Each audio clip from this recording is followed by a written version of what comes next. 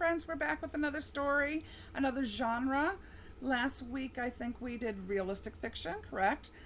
With The House on Dirty Third Street. Did you enjoy that story? Might be a genre that you like. Maybe today's genre will be something you really like. For the next couple of weeks, we're going to go through traditional literature. That's some big words there. Traditional means from long ago, basically, and literature is just stories from long ago, to put it really, really simply. So, traditional literature, move this light so we can see better. Try and do it this way. Traditional literature are stories, folk tales, fairy tales, myths, fables, legends, and tall tales that are passed down from one generation to another in different cultures. So these are stories that have been told again and again and again by people from all over the world in their country and in others to kind of, trying to get the light to work here, to hand down and tell again and again. Remember, there was a time when there wasn't TV and radio, and so people in the evenings would sit around the fire and they'd tell stories. And many of the stories were the same stories that had been told by their friends or their grandparents or their grandparents. And they'd been told for so many years. People would change some parts of the story, but it always had the same elements of at least some part of the story being the same, like the characters' names, what they basically did. So we'll be talking about some of the different characters here. But my story today is going to be a tall tale. A tall tale is a story from long ago that's been told again and again. Where's going with my lighting here? A tall tale has things that you laugh out loud about. You question what's going to happen next. Things that happen, you're like, no way can that happen. So you know it's just really made up. Somebody has super abilities like strength or ability to do something. There's action in the story. It's going to take place in one of the United States, one of the different states in the United States, where like fairy tales take place in faraway places where there's castles and kings and queens.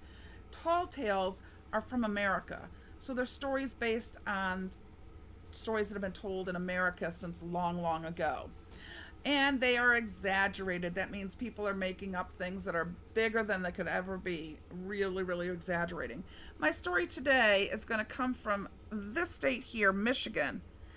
And Michigan is right here, and it looks kind of like a mitt. And then this little squiggly part up here is part of Michigan too. And right between there's a bridge called the Mackinac Bridge, and up here is Sault Ste. Marie. So the story is going to talk about that area, so I wanted to give you an idea. Even though it is a fiction story and it's made up, it still gives you a place based on some place you know, or you might know, or you can look up. So here we go with our tall tale today called Clever Beatrice. Beatrice is a little girl, that's her name, and she is clever or smart. Get this light to work yet. She is clever or smart, and we'll find out why. What does clever? Clever means smart.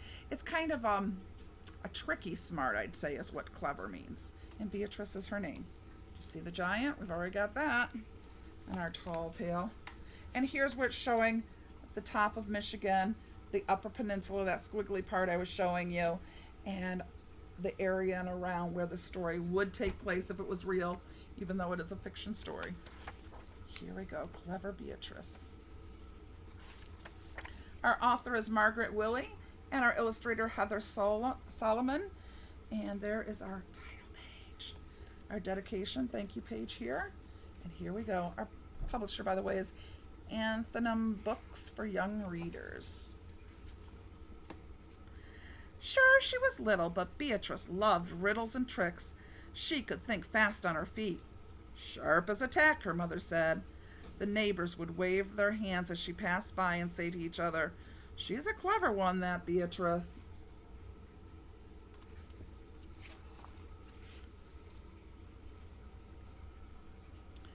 One day her mother put a bowl of porridge in front of Beatrice and said, eat, my girl, but not too fast. This is the end of our porridge." Her chin trembled as she sat down to her own small bowl. Beatrice ate slowly, thinking of how she might help her mother. Finally, she said, "It is time for me to go into the far north woods and get some money." Her mother sighed. There are only two ways to get money up here, she said. One way is to cut down the trees with the lumberjacks, but that is not work for little girls. What is the second way? Asked Beatrice. Well, there's a giant on the other side of the woods, her mother said. A rich giant who loves to gamble on his own strength. She sighed again. But you are only a little girl, you. Is the giant smart? Beatrice asked. When you are a rich giant, her mother said, you don't have to be smart. Beatrice thought about this.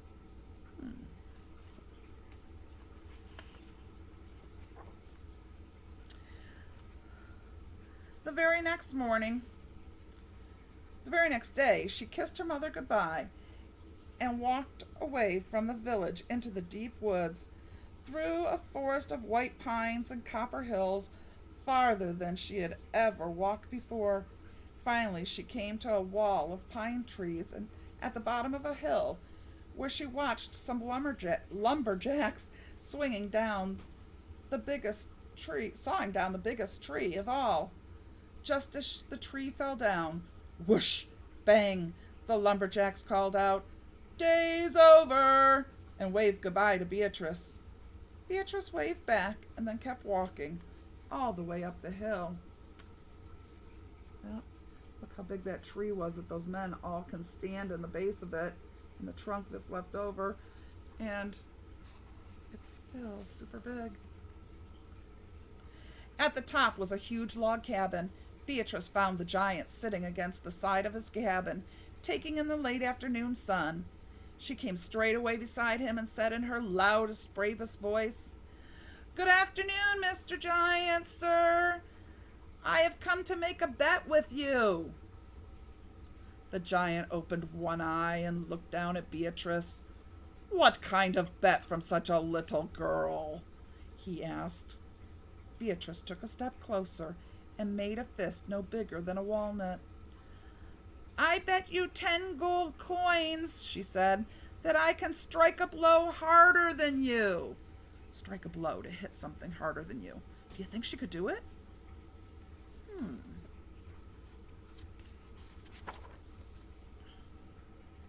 The giant thought this was very funny. He stood up and laughed, showing off his height and belly. Then he made a huge fist with his own hand and held it next to Beatrice's. "What should we strike with our mighty fist to make our bet?" he asked.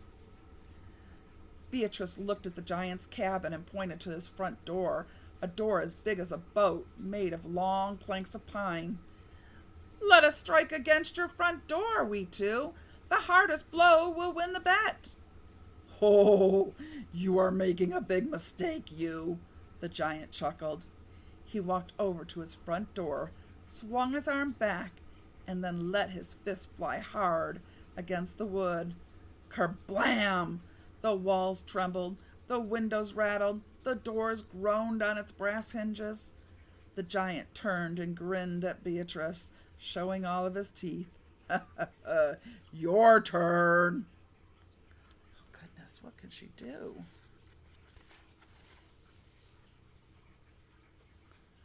Beatrice stepped up to the front door, turned to the giant and said, "Don't worry if I break your door, Mr. Giant, sir. See what happened to that pine tree down there?" "What tree?" Beatrice pointed to the broken tree at the bottom of the giant's hill and said, "That great big knocked over one there." "You did that?" the giant asked. "Well, I thought you might need a tree for your new door." The giant frowned and scratched his head. "Well, maybe I don't want a new door," he said. "Maybe I like my old door."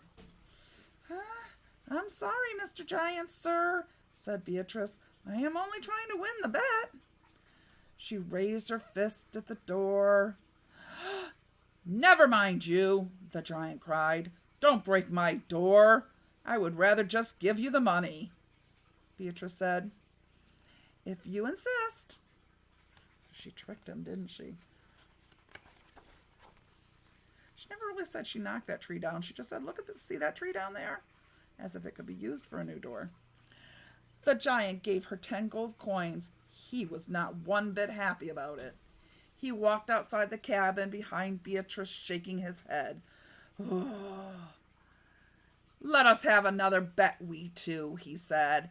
We will go down to my well and carry back some water for my stove. If you can carry more water than me, I'll give you 10 more gold coins.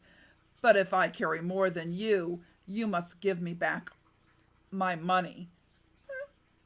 I accept, said Beatrice. When they reached the well, the giant filled many buckets with water, 6 on each arm. How strong he is. If you've ever picked up a bucket of water, you know it is heavy. Goodness. But Beatrice took a big rope from beside the well and began to wrap it around the well and around and around. What are you doing? Asked the giant. I'm not going to bother carrying those buckets one by one, Beatrice said. I'd sooner pull out the whole well. But if you pull out my well, the giant cried, then I will not be able to get water for my stove. I can't help that, Mr. Giant, sir, Beatrice said. I am only trying to win the bet. Leave my well where it is, the giant said. It is not worth losing my water. Beatrice said, if you insist.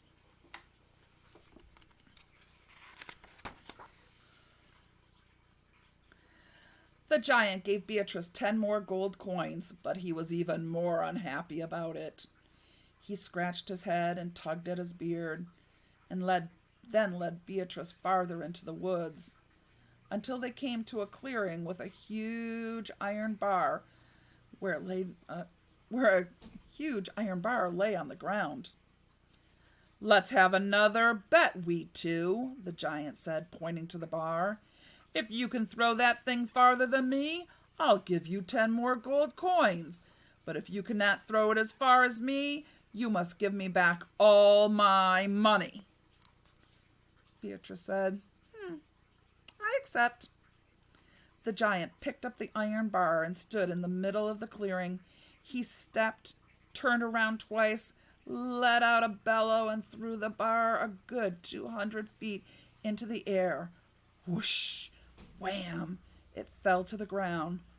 Then he looked at Beatrice with a smile. Your turn, he said.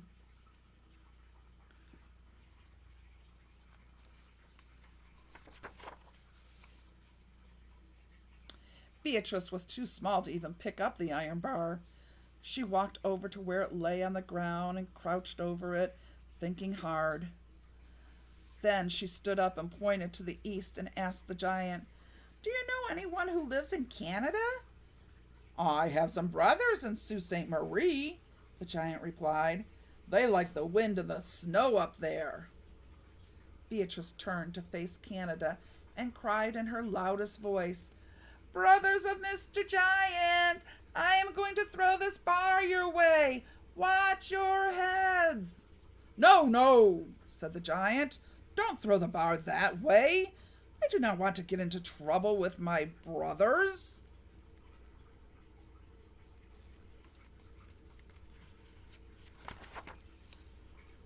What about this way? Beatrice asked, pointing west. Well, I have some brothers over that way, too, the giant said. They work in the copper mines over by Wisconsin. Beatrice faced west and cried, Brothers of Mr. Giant, I am going to throw this bar your way. Watch your heads. No, not that way. I don't want to get into trouble with those brothers either. These brothers... No.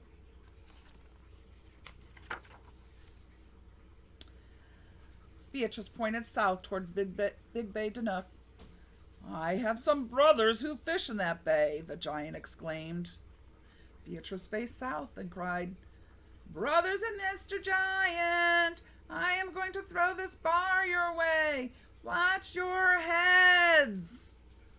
Not in the bay, the giant cried.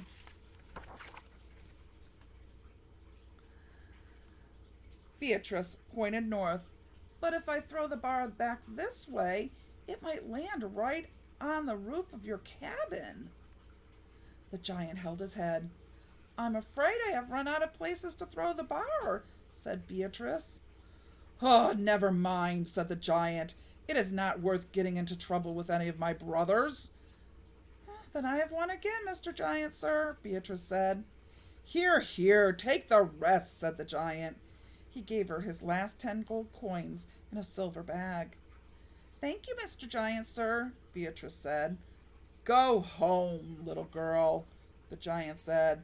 You have cost me a fortune, but at least I didn't have to make a new door. That is true, Beatrice agreed. And I still have my water, and I didn't get into trouble with my brothers. The giant sat back down in the sun, beside his cabin, smiling to himself, feeling lucky. Feeling lucky? Just gave away all his money. Beatrice backed away, taking slow steps. Only when she was far along the path from his cabin did she break into a run. Only when she was in sight of her mother's cabin did she let out a yell. She held up the silver bag with the gold coins inside, waving to her mother. She could not wait to tell her how she had bet 3 times against the strength of a giant and 3 times won.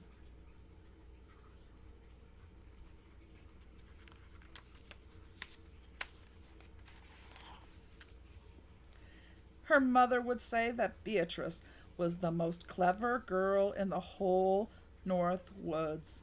Beatrice could not wait to hear it. So sometimes maybe being clever and smart outweighs being strong.